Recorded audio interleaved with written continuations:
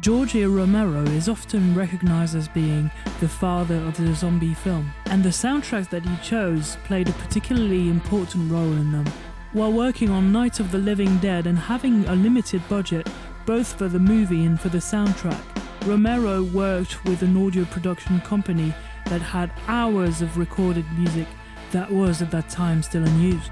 Anticipation, suspense, sudden shock, those were titles that caught Romero's eye when choosing the right scores for the movie. Hi everyone and welcome, my name is ThomC and today we're going to be talking about Vermon by Synth Magic.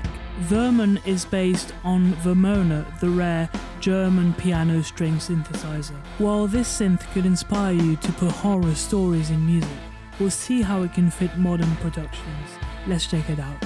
You and I, a delicate rise, I'll never feel. So this is the library's user interface. You can combine up to 3 sounds and you've got a choice between all those different sound sources. You can activate or deactivate the sound here. You've got volume and tone control here, coarse and fine, attack and sustain. Then you've got the filter section with the frequency and resonance, and then you can set the velocity to change or trigger the cutoff, and you can actually set the mod reel as well to affect that. You have a wide choice of different filters here. And then you've got the controls, the ADSR for the filter with the amount here. You've also got an LFO, actually 3, and you can change the shape, of course, the rate, speed and depth. And then you've got a pan setting with amount, the rate when the amount is set to middle is the default position. And you've got the velocity to modify the amp. So also, you have a vibrato control here with depth and speed, a delay control, and whether you want aftertouch to change or to affect the vibrato. And then the effects section, you've got chorus, phaser, flanger, reverb with a nice choice of different reverbs here. Sync delay, and you have all the sends here. You've got 3-band DQ, a tape saturation control, and an arpeggiator, a portamento with a glide, you can change the time of it, and a pitch bend control here. And then you've got a sequencer that you can use for modulation options. Right, this is a preset that I've loaded up called Clavi 3, which means 3 clavi, or 3 clavi sounds. There are 3 clavi sounds loaded up: clavi, direct, slow, and chorus. I've changed a few things on this preset. I think it's nice to start from a preset and make it your own. I've changed some of the filters, a bit of the LFO, put a bit of vibrato here, and also the effects. I've added a bit of tape saturation and the arpeggiator that I've activated. Let's listen to it solo and then we'll listen to it in context.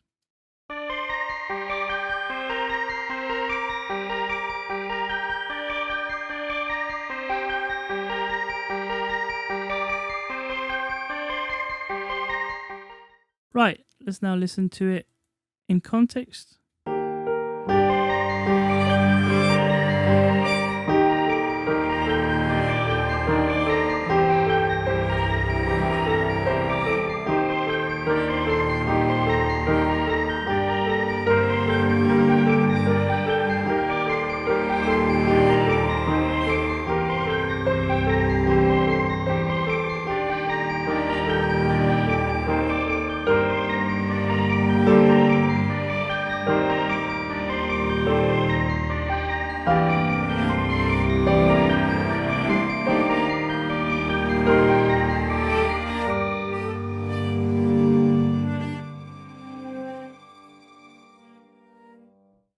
So yeah, I didn't actually mix this piece or anything, so I would most certainly put the synth right at the back of the mix, because I would like it to be more of an effect, more of something that drives the song forward, but in terms of rhythm, and maybe add a bit of tone to it. But generally, I would say that the movement of this clavi is interesting in this song. yeah, that's why I like actually adding synths to orchestral pieces. I think it makes them more compelling sometimes. In this example, we'll be listening to a piece that I've made with Vermon. We'll listen to all the instruments together, and then after the piece, I'll break it down for you. But first, I'll tell you what instruments that I've used. So the drums are actually Stephen Slate drums, so they're not part of the plugin. But I've used some keys, an organ arp, a organ bass, some guitars that I made. So they're not actually guitar sounds, but I've tried and replicate something that could sound a bit like a guitar, and I've made 4 of those. So the 2 ones are kind of like a bit more bassy, and the other ones are a bit more fizzy, have a bit more top end, and then a high synth that plays the main melody, and at the end a bit of a solo with a key sound. Okay, let's listen to it.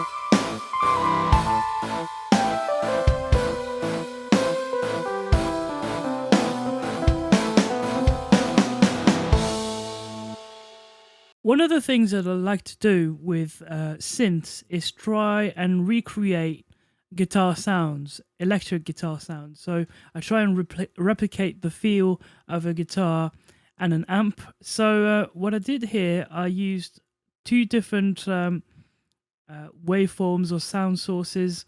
And this one is valve cello. I used a bit of tape saturation and a bit of EQ to add a bit of presence. And in the other one, I used VHS dark. So they're a bit different. And I wanted to have a bit of a stereo feel to it. Let's listen to it.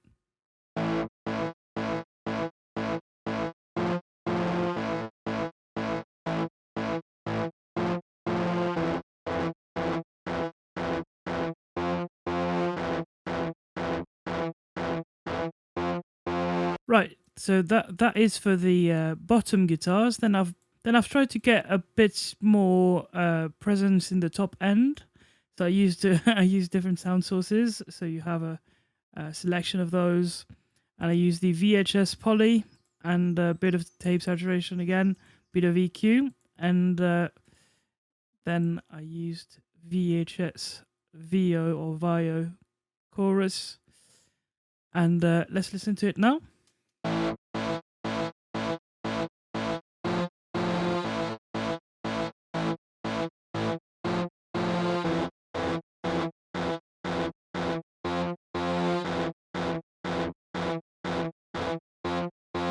So yeah, it kind of replicates the high-end fizz that you have with a guitar cab. So we'll listen to it now in context.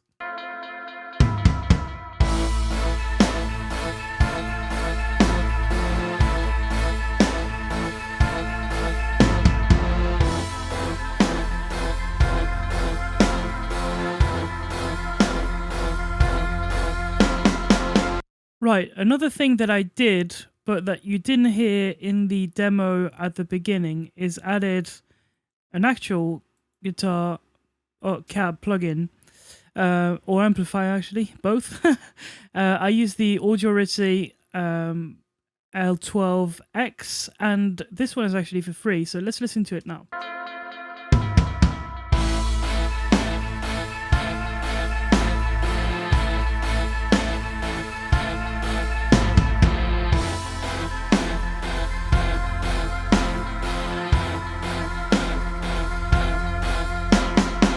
Right, it already sounds a lot more like a guitar cab, like a guitar amp, and yeah, I think it's interesting to make guitar sounds with synths.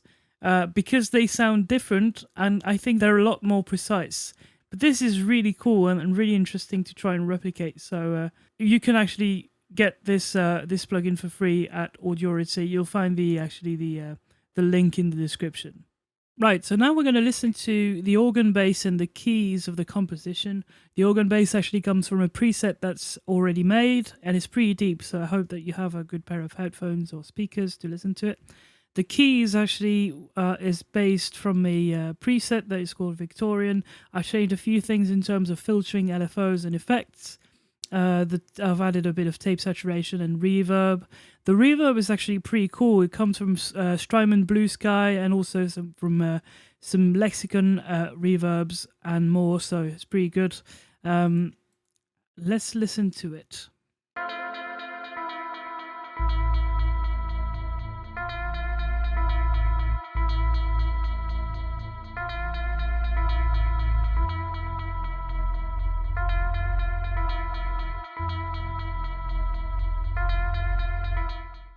Okay, let's listen to it now with the organ ARP.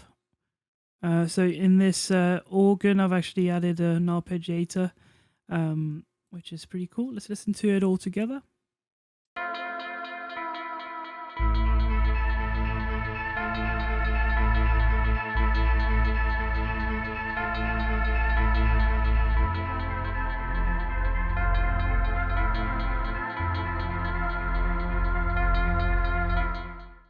So yeah, really nice sound, and it does sound analog to my ears. I've had a nice time actually playing with the filters, and you've got a good choice of filters here.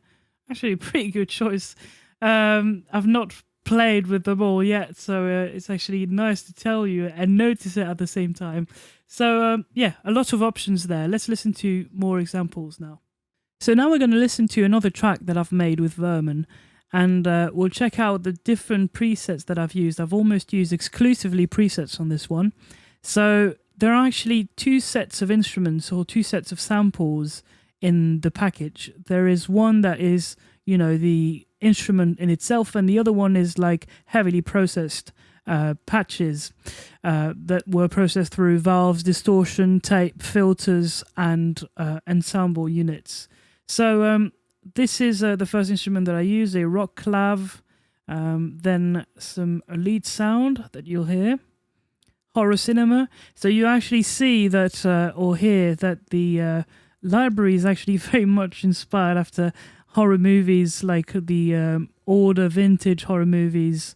So if you're into that type of thing, that's definitely the kind of sound that you will like. A velocity orbital, which is you'll hear that playing a solo. Then you've got a bass sound that I made. Oops, actually it's here. There we go. Okay. I started from one of the default patches, then a pat synth. So to show you the two sets of samples, let me show you this. You've got the regular presets, keys, multis, strings and pads, synth, and the basic presets that are starting points. And then you've got the wonky, noisy VHS video presets, and you've got a few of those there. And those are like heavily processed and even more vintage. So then you've got the drums, which are the Steven Slate drums, and you've got the, the heavily processed patches here in red. So yeah, let's listen to it.